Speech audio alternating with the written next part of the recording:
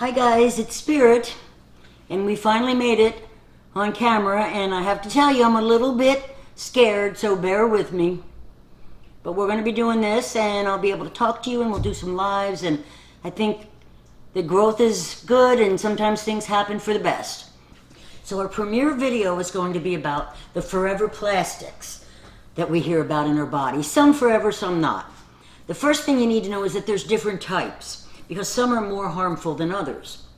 Tim and I are trying to cut as many plastics as we can out of our food and water supply. But it's impossible, trust me, it's really impossible. The category that we're going to address most imminently first is the PFAS, or the forever plastics or chemicals. They're not really plastics in and of themselves. The PFAS are synthetic chemical coatings that are applied to our food packaging. Perhaps this little package in here was sprayed with them in the manufacture. That's polyfluoroalkyl substances. There's literally thousands of these synthetic carbon fluoride-based chemicals. So that you understand, if you never had chemistry, there's bonds between different chemicals and stuff. And the bond between carbon and fluoride is one of the strongest bonds in existence, because nature has no known natural mechanism to break this specific carbon fluoride bond down. So these chemicals don't degrade in the environment, and they take many years to get out of the human body as well. And this is exactly why scientific literature refers to them as forever chemicals. When they use them in food processing and packaging, they're primarily used as an invisible barrier to repel the water, oil, grease, like in this container. This is what makes it so hard to find safe packaging for oily, greasy, or wet foods, because you need PFAS. There's three main types of PFAS that are in our food supply. The PFOA, or perfluorooctanoic acid. This was historically used in manufacturing the non-stick cookware coatings, like Teflon, and the moisture-resistant papers, like some meat wraps that you see, and takeout containers like the one I showed you. While they're being phased out by many Western manufacturers, many of us still have these old cooking pans. And even when we threw the paper containers out, they remain in the environment, in our water table forever. This chemical is still used heavily in manufacturing internationally. The next type of PFAS is the PFOS, perfluorooctanoate. These are heavily used for surface protection to repel grease and stains. This is the specific variant that's frequently used in the lining of fast food wrappers like McDonald's, Burger King, in microwave popcorn bags, you know, that stuff you love to rub, and heavy-duty takeout containers. Gen X and short-chain PFAS were introduced by chemical companies as safe, modern replacements for the PFOA and the PFOS. But more recent research shows that these variants are highly mobile in the soil and water. So the plants absorb them, and they display similar biological persistence in human tissue. So this is the big category, the forever chemicals, because what's in your body now can take decades to remove, even if you stop all consumption right now. Okay, now we're going to look at the core plastics used in foods. And I've got some examples here for you. These are the actual resins that are used to make modern food containers, which include the one that many people, including me, thought was the right thing to do. I don't have one here because we got rid of them, but that's the water jugs, guys, the water jugs. PET, or PETE, is polyethylene terephthalate, and it's a resin that's used in these food containers, these water containers. So Tim and I used to use the distilled water because we didn't want to contaminate, we didn't want the contaminants that were in bottled water. And that was the largest, most egregious source that was in our food supply of plastics, because we used bottled water for all of our food preparation and drinks. Even our healthy Sunrider tea we were making in plastic. We were ingesting so much plastic from this. We've since replaced it, and I'm going to show you what we set up, and it's great. I never thought that I was ingesting so many plastics. I really didn't, and it took me a while to convince Tim about it. The polyethylene terephthalate. This is used universally for single-use beverage bottles, including soda bottles, water bottles, sports drinks, and those plastic bottles of cooking oils and salad dressings.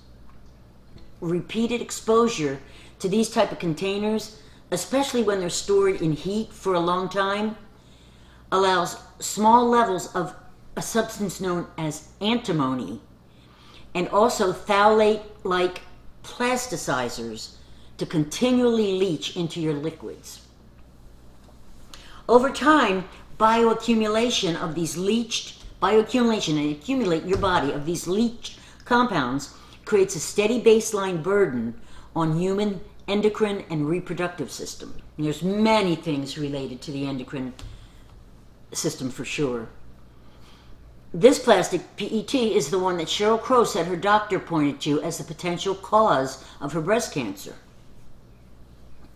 But they had it wrong, and I'll tell you why in a little bit. During the manufacturing of PET resin, antimony trioxide is universally used as a chemical catalyst to bind the polymers together to make the plastic. Trace amounts of this heavy metal remain locked inside that plastic in the framework of the bottle. When a PET bottle is kept at room temperature, the antimony is believed to be relatively inert. But many studies demonstrate that a temperature-dependent leaching does exist. Many of the studies were done inside enclosed cars specifically. And that's what makes it so dangerous. The mainstream media, or in a boat, or wherever on your porch, the mainstream media spent years debunking the celebrity rumors about plastic bottles in hot cars, because the science proved that there was no BPA or dioxins in them, which is what she said was the cause. But by focusing on the wrong chemicals, they completely ignored the real regulatory data. Extreme heat breaks down the plastic structure, causing a heavy metal catalyst called antimony to steadily migrate into your beverages. It's about understanding how these invisible heavy metals bioaccumulate over decades of repeated use. The next one we're going to talk about is the HDPE, or the high-density polyethylenes. HDPEs, they're a thick, opaque plastic that's standard in material for milk jugs, heavy juice containers, you know, that Tropicana container that's white, vinegar bottles, and the large tubs that are used for butter, the white tubs for butter, margarine, or yogurt. While structurally more stable than the PET, repeated consumption of the foods stored in HDPE, which is exposed to light or mechanical wear itself, the rubbing as it moves around in the container, introduces microparticles into the digestive tract. Long-term impact is a chronic, low-grade cellular friction and inflammation always going on in the body as the body attempts to process these inert but non-biodegradable particles. Next one's really bad, guys. It's PVC, polyvinyl chloride. It's everywhere, isn't it? We've got to rework our system out there of our hydros. PVC is used in cling or saran wrap type plastics, and you may not know that. It's used in the blister packets for processed food and drugs. And the clear plastic squeeze bottles used for things like ketchup, mustard, and mayonnaise. That's PVC used in that. And PVC requires a massive amount of chemical plasticizers, specifically phthalates. And that's the reason why, is it makes them more flexible to be used for commercial wrap. Contact with fatty foods or oily foods causes these plasticizers to easily move into the food, leading to a steady, multi-decade bioaccumulation that's associated with metabolic disruption and potential liver concerns, because everything goes through the liver when the body tries to remove it.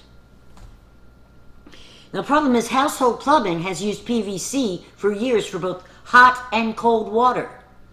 The physical friction, the water velocity, and the chemical leaching inside these pipes creates a continuous baseline source of exposure that most people completely ignore. And that's why you're going to love the filter that I use, because it removes them. So PVC is made by stringing together all of these molecules of vinyl chloride. And while the final pipe is a polymer, trace amounts of the unreacted free vinyl chloride remains trapped inside the plastic matrix. And that can migrate, and vinyl chloride is a strictly classified known human carcinogen.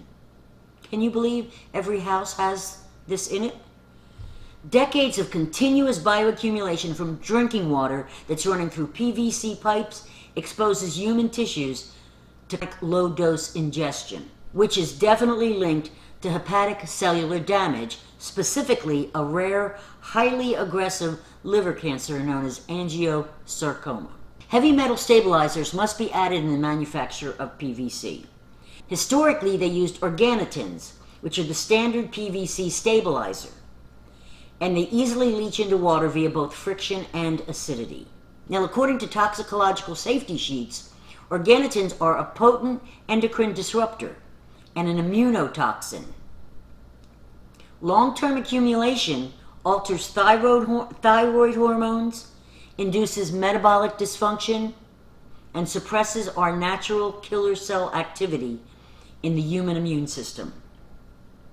When these toxic organotins leach from our plumbing, they directly suppress our natural killer cell activity, effectively disarming the body's immune system and crippling their ability to spot and destroy mutating precancerous cells before they can establish a foothold. Because prevention is 9/10 of the fight, guys, preventing these disease cells.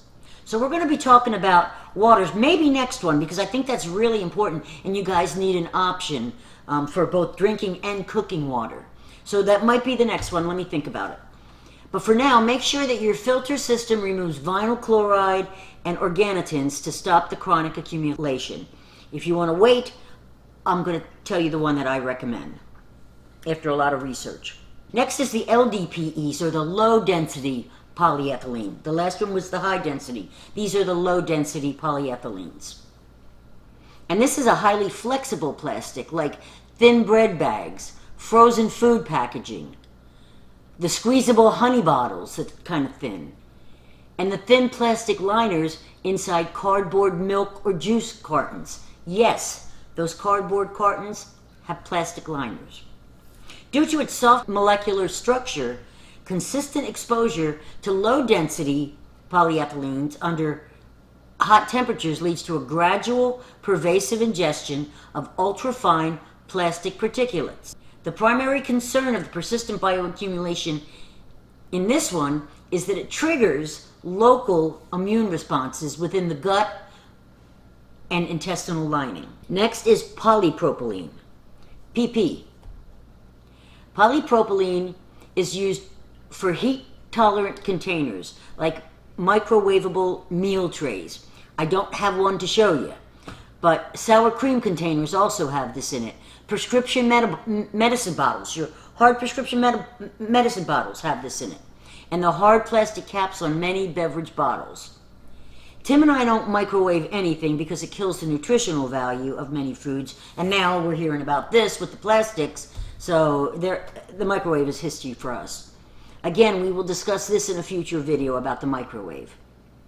Though industry touts the high thermal resistance of the polypropylene, repeated heating of PP food trays causes microscopic degradation over time. This consistent exposure to these heat-degrading fragments introduces very complex polymers to our internal system, and it raises valid biochemical questions regarding the long-term cellular integrity and potential mutagenic vulnerability. Mutagenic, mutation of our genes. Now, cold or room temperature polypropylene is pretty stable. It's the heat that activates this plastic, and they're made for microwaves. The SD sheet notes that inhalation of these hydrocarbon vapors can cause acute respiratory irritation, coughing, and chest discomfort. So if you're having any of those, get away from the microwave if you're using those things. The primary compounds that are released from this polyvinyl chloride during the heating is something called acrolein, formaldehyde, and various short-chain aldehydes. They're documented cellular irritants and metabolic stressors, all of them. Raw polypropylene won't cause immediate acute poisoning at room temperature, but its technical sheets openly admit that heat structurally alters the plastic, causing it to break down and release volatile hydrocarbon irritants. This provides the scientific justification for why heating food inside any plastic container introduces unnecessary variables to the health of human and animal cells. Next, we're going to look at polystyrene. This is another big red flag priority, so you want to cut this one out next. Polystyrene or styrofoam is shaped into disposable coffee cups, meat trays at the grocery store, and rigid clear plastic clamshells, those clamshells for takeout containers. Polystyrene regularly leaches styrene, which is a volatile organic compound, especially when it contacts hot liquids or highly acidic foods.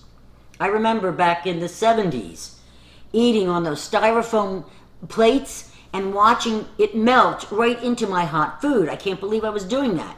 Repeated ingestion of styrene leads to a persistent, well-documented link to neurotoxicity, that's your nerve system, and to cellular carcinogenicity. This is a tough one for anyone who buys takeout. Now, you can bring glass containers and transfer the food immediately before you even get home.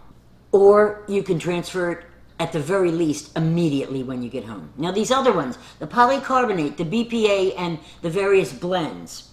There's lots and lots of plastics that are made from polycarbonate, BPA, and the blends of various substances. This is like a catch-all category, and it includes rigid polycarbonate plastics that are used in the large water cooler jugs. You know the great big ones at 5 gallons? It's the internal epoxy linings of aluminum cans and the multi-layered snack bags. This category is notorious for historical and modern variations of BPA and its newer substitutes BPS and BPF. Multi-source accumulation of these synthetic compounds acts as a potent xenoestrogen, mimicking natural hormones and subtly disrupting the endocrine regulation over a lifetime of exposure. Because I've talked about this in other videos. There's a feedback mechanism. When you take estrogens from the outside, your body shuts off your own. So now we're going to look at the foods, the worst foods. I'm going to show you some examples. In order to prioritize and simplify the cleanup of our food supply, we're going to just focus on the types of foods that basically affect all types of plastics. Get these things out. First, heat. We've talked about that. It's an obvious one to me, but I'm not sure it is to many of you. Just look at an ice cube, right? When the ice cube is exposed to heat, the chemical bonds break and it becomes a liquid. It's the very same thing with many plastics. If you heat up a plastic container, some sort of harmful chemical is going to leach into whatever is in it. There's no plastics that I know of that don't have a leaching. So we're talking about microwaves, hot summer environments, and hot food placed in plastic containers in restaurants and grocery stores. You know that $4.95 whole chicken? Besides chemicals in the chickens, that hot chicken sits in those plastic containers under that heat lamp, and that's something that we just refuse to do. Many times it's a lesser of two evils, I get that, but there's options. Instead now, we used to buy a whole chicken for our pets every week. Now we buy boneless breasts, we boil them immediately when we get home, and we store them in glass or metal containers. Their little bodies are so tiny, and Tim and I simply don't want to use plastics at home if we can avoid them in stores. So we repackage them immediately when we get stuff home. If we have to buy in plastic. Next is oils and seeds. You can see all my nuts over here behind me. I keep them there on the counter because it's really important to add those. They have lots of good chemicals. Again, that's another video about the various nutrients in foods and medicines in foods that I make eggs, I'll take one of those bottles and throw them in it, or we'll make a salad and I'll take a couple of them, add some flaxseed or whatever, but they're seeds. And the same chia, well, I'll add some chia. I've got walnuts, I've got peanuts for the birds, I've got almonds, all kinds of good stuff there, and some chocolate covered coffee beans as well. All right, so these seeds, you see my seeds there, they go into plastics due to a fundamental rule of chemistry, and that is that like dissolves like. Plastics are hydrophobic. They hate water, meaning they repel water while attracting fat and petroleum products. You know how oil and water don't mix, but two oils do? The fats and lipids found in cooking oils, nuts, and seeds share this exact same chemical profile as the plastics do. When fatty foods sit against a plastic container, the lipids act as a natural organic solvent. The fats slowly diffuse into the outer layers of the plastic, softening the chemical matrix. This solvent action dissolves the fat-soluble additives, especially the phthalate plasticizers, right out of the plastic. Oils effectively pull these synthetic compounds out of the container walls, locking them into the fat of the food, which is then ingested and distributed to the fat of your body, which is one of the hardest places to get toxins out of. Next, I'm going to show you a couple of these oils that you might not recognize and why they're broken down. So the first one is yellow mustard, or any mustard, okay? You'd say, well, I think that's okay. Well, I bought these little containers, too expensive, I'll tell you about them. But mustard is what? Seeds. So you got to redo the mustard seeds. Peanut butter. I don't use the regular peanut butters because of the fat. So anyway, so this is a powdered one, supposed to cut the fat out, but it's in plastic. And nobody would think, well, peanut butter powder, what's the big problem? It's a peanut. Oils. Repackaged. And another one. This really ticked me off.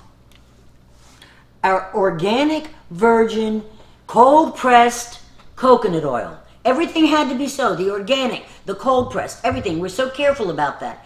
And it's in plastic, which just infuriated me because it's expensive as heck.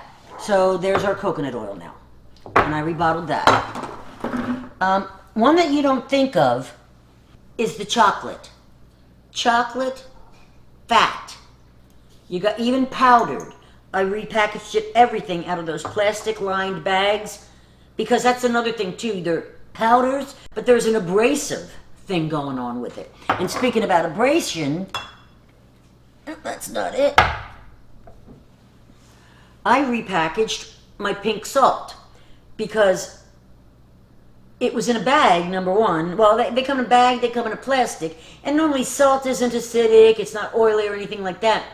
But it has a lot of surface area and a lot more abrasive area. So my pink sea salt, Himalayan, had to be redone. And oils.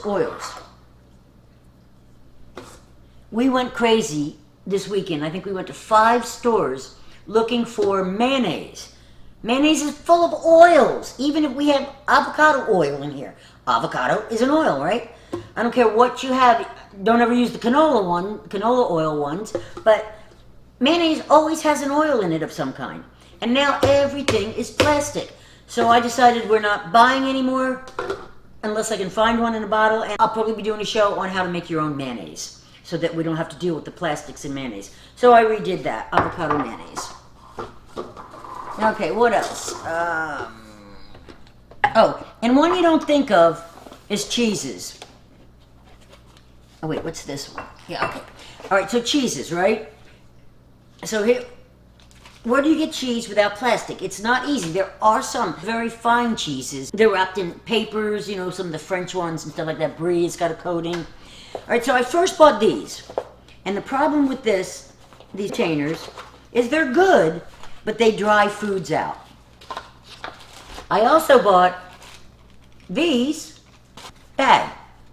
Again, remember I told you, you can't get rid of everything. So I'm working the best I can on minimizing what we can. These still, it's plant-based, it's biodegradable. I did a lot of research on the types of bags to use. But this one was like $1 at this local store we go to. So I thought I'd try these, and it's a good one, it's biodegradable. So I bought these containers. These containers are okay. They're not the greatest thing in the world, but they're okay.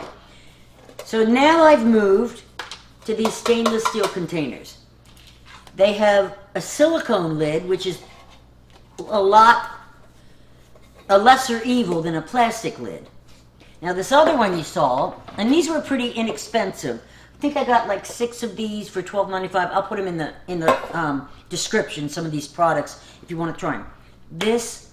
My first day out, I went and I bought 2 different things. I bought those blue bottles that you see there for cosmetics, and I bought a set of these, of 4 of these.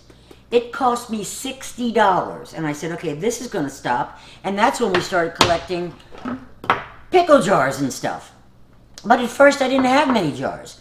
So the thing that we don't think about is cheeses. Cheeses are mega oily. So I bought these biodegradable bags, and I put them in here, but just today, these metals came, and the cheeses will be going in this. And I have another larger set coming. I always buy a small one. So I'll put those in. This is kind of small, and I have a much bigger one coming for, you could probably, if you freeze meats and stuff, because the same thing, the papers, remember the old butcher papers? They're all coated with plastics and all kinds of stuff. Best to be clean and get rid of all this stuff. So one cheese that nobody thinks about, so this is kind of oily. We got the Munster cheese and the goat cheese. Of course we expect that to be oily. The grated cheese. And not only does the grated cheese have the oils in them, but the grated cheese also has the friction of constantly shaking it out in the bottle. So you're degrading that plastic in that craft jar, if that's the kind you're using. The thing that we're going to talk about is acidic foods, because they also rapidly break down plastics, particularly the PET and the polycarbonates. When an acidic substance comes into contact with them, it triggers a process called acid hydrolysis. As the surface of the plastic is etched from the acid, it's like an etching, it creates a higher surface area. And this allows both the base monomers, like the terephthalic acid or the bisphenols, and the heavy metal manufacturing catalysts like antimony, to dissolve into the acidic liquid at an accelerated rate. So the acid is real bad. Luckily, there's options. But we did have a couple jars that we bought that were in plastics that were sitting on our shelf. We keep a lot of food waiting for the EBS. Okay, so this one here, that's obvious. That's tomatoes. Everybody knows that's acid, right? That should always be in a glass if you use any kind of tomato products like that. Tomato soup, whatever, even tomato soup in cans. I wouldn't use it. I'd make my own tomato soup. That's where I'm at. And I am no Martha Stewart, trust me. I was never a great cook, and I don't love cooking, but I'm going to get into it because my body wants to be healthy, and I want to make this connection with my food. Okay, and then the last one I'm going to show you right here, which is also acid, is the lemon and the lime, right? So the juices. I'm real careful about buying organic, Key West juices and stuff, and they're in plastic, sucking up the plastic. Remember, the acids are the worst. So the oil's bad, but oils affect fewer types of plastic, whereas the acids seem to affect a whole lot more types of plastics. The phthalates, the PETs, the everything, the antimony, all the different types. All right. So anyway, I couldn't find anything in glass anymore. Even the popular one that used to come. I think Publix may have one. But you know what? I said the heck with it, because I was looking for lime juice specifically, and there were none. So I bought some limes. I juiced them. It was grueling. It didn't do well in the juicer because of the skins, and it locked it up. So that's a problem. But I also made some lemon juice out of fresh lemons. And that went into the juicer real easy because I think they were older and softer. They were more mature. Another item which has oils in it, which you wouldn't normally think about, is coffee. And I did check, and coffee does absorb microplastics. And there's a couple reasons for this, but there's oils in coffee, whether you realize that or not. And also the grind. Because it's ground up like that, there's a strong surface area, just like the salt. So the more surface area and the grinding and the plastics, no bueno. Hi guys. You might notice a little bit of difference in this second part or this last part of it. I had some problems over the weekend. I know I promised you this premiere to be last week, but we had a lot of technical issues. A broken camera, had to buy a new one, spent 2 days figuring that one out, and now I'm back. So I wanted to talk to you about some containers that I've been trying out and which I found to be the best. I'll have links of them in the description of the video for you, and they're all Amazon's. I do get a small commission if you use them, but I try to pick out. I'm notoriously cheap, and I'm going to show you that, and you're going to see that I try my best to find the best deals. So I hope you'll shop with me. Okay, so the first thing I tried, because I am notoriously cheap, was these. I checked into all these types of papers and so forth, and these do not appear to, they have a seal on them, but they're not waterproof, I can tell you that. And they're certainly not freezer proof. So I was using these. I had cheese in here, and this is a bigger one. So I got one of each size, small and large. The bigger one, I'd been putting cheeses in them and taking them out of that plastic because they're fatty and oily and they suck the plastic. But it was drying all my cheeses out because it's just not airtight. So these cost me 25 bucks a piece. I got I think 50 of them in each, but they're good for overnight, and that's it. And there is some kind of coating, but it's not real water resistant at all. So they're a possibility, but they're 25 bucks for 50 of them, $25.64 for 50 of them. So those were no bueno. Then I moved in to metal containers, and I found these online, and these are really cool, and you can freeze them. Here's the deal. I have one of those freezers with drawers, and there's really not much space like in my other freezer that we have in the garage. It's a tall side, a long skinny side, so you can have different shelves of different things that you're freezing. It's not like you have this drawer this deep and everything's smashing on each other. So that's why I didn't want to use the glass inside of there, because I just know my family, and it would be broken all over the kitchen, and then it would be in my feet. So, sorry, sweetheart. So anyway, so I've got these, okay? The first ones I got, they were $13.45, and they were for 4 of them. Not too bad. Oh, Tim, would you get me those ones in the pantry with the bamboo lids? My first venture into them? Yeah, in there. So anyway, I got these, and they do have a silicone top, yes, and a tall one too with that. That one, just drop it, and then a tall one. And they have a silicone, which is a lot more inert than the plastics are. So these 4 of them cost me only 13 bucks, and that's less than $4 a container. That's what, 3 something, whatever. Okay, so got these. Then I said, well, they were really small. I wanted to put the dog's chicken and so forth in the freezer because we cook it ahead, and as I mentioned, we stopped getting those pre-cooked ones at the store because they put them in plastic.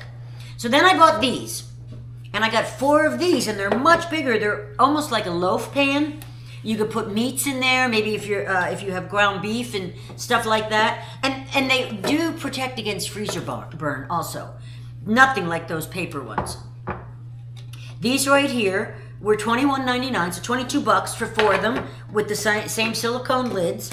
And these actually have this little burp thing on them if you want to get the air all out of them for your food.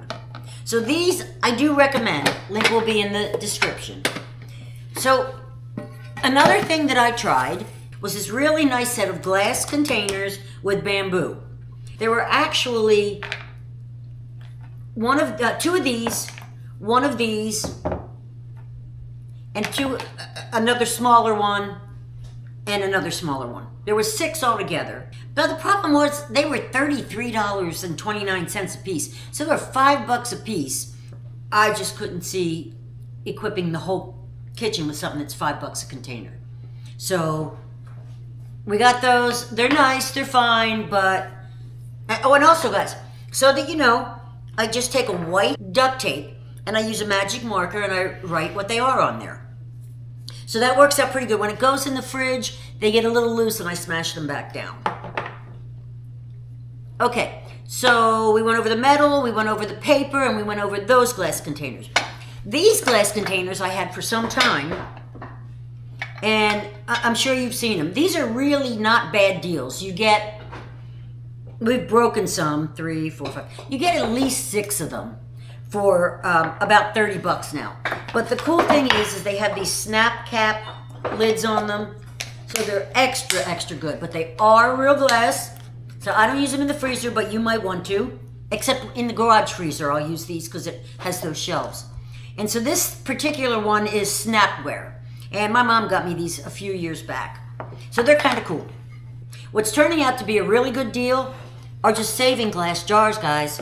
Pickle jar. The only thing is that it's hard to get big ones. So you got to get pickles or sauce or something, like tomato sauce and stuff. But I just put these in them. I keep them on the counter. We have everything from hemp to chia to walnuts to pine nuts, everything. And when we're cooking, I'll just add a little bit of those, and it's healthy for you because they have all kinds of ingredients we'll be talking about later. At some point, I'm going to have a cheat sheet. We're going to have like a monthly membership. So these are great. Save them. Everything from droppers to everything else. Now, I bought these too, and these were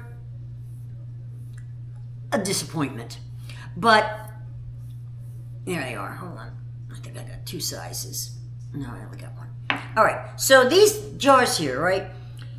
It's sometimes important to have glass for some foods where the light can't get through. And that's especially so for a lot of medicines and so forth, creams. That's why you see them in the opaque plastic. That's a dead giveaway. Or if you see them in a dark bottle, that's another dead giveaway, is that the product inside of it, whether it's a thing that's in a dark, opaque bottle, that means that it's volatile to light.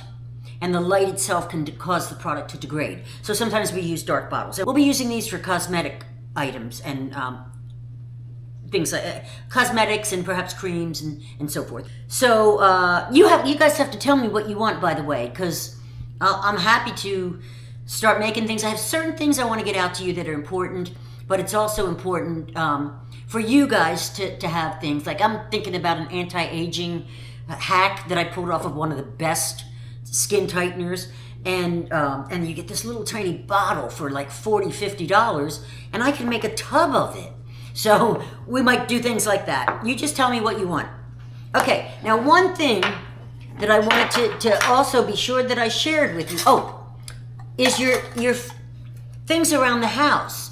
Okay, so can you grab me? We use, you can probably see that in the background. We use wooden utensils for the cooking and so forth. Bamboo, they're actually bamboo. You can buy them. They're not expensive. They're cheap. I'll throw some in there for you in the description. Also, get rid of those plastic cutting boards, please. Imagine you're taking a knife and you can see those cuts in the board. Guess where that went to? Your food and your body. So please, they're microscopic pieces that get in there, and sometimes I even think larger pieces are better because they're not absorbed through the gut. These tiny, tiny microplastic pieces really can get through the gut easily and travel around your body, and because they love fat, they can get into your brain. So you want to get a wood cutting board. I got this on my visit up to Huntsville, Alabama, and I got it from the Amish, and it was really cool. I paid like $20 for it. Okay, and then also in your food preparation, you've got your utensils that you're using, you got your cutting board. I was turning around and I was transferring all this stuff from plastic into glass bottles, and I was using a plastic funnel. So I bought some funnels. And now here's the real difference that you're gonna see, if I could find it. So here's how I know I'm cheap. So I first bought this little set, and I didn't look at the size, I didn't look at the measurements on it. I just never saw a funnel this size before. So I bought this because it was $6, okay? And we're transferring gallons of stuff, and these just won't do the trick. So it was cheap. I paid $6 for these. Then I turned around on it, but the thing is, I can use these when we make various cosmetic and health preparations. So these I'm going to keep, even though they're very tiny for any meaningful food transfers. So then I turned around and I bought this. I sprung for the extra $6, and look at the size of these. They're huge. Give you a comparison. There you go. That's the difference. Okay, twice the money gets you. So I got them. But what's more is this set of funnels here also came with the cleaning thing and all of these little strainers that you put in there. So let's say you're doing juice. You just did some kind of lime juice and you don't want the pulp in there or something. Right there, that does the trick. You cut those out. And it has one with big holes and tiny holes. And I even used this morning. And this is a fabric. I don't think it's a plastic. So that goes on there, and I just transferred my coffee. We make cold brewed coffee, and we just I'll show you how to do that if you want.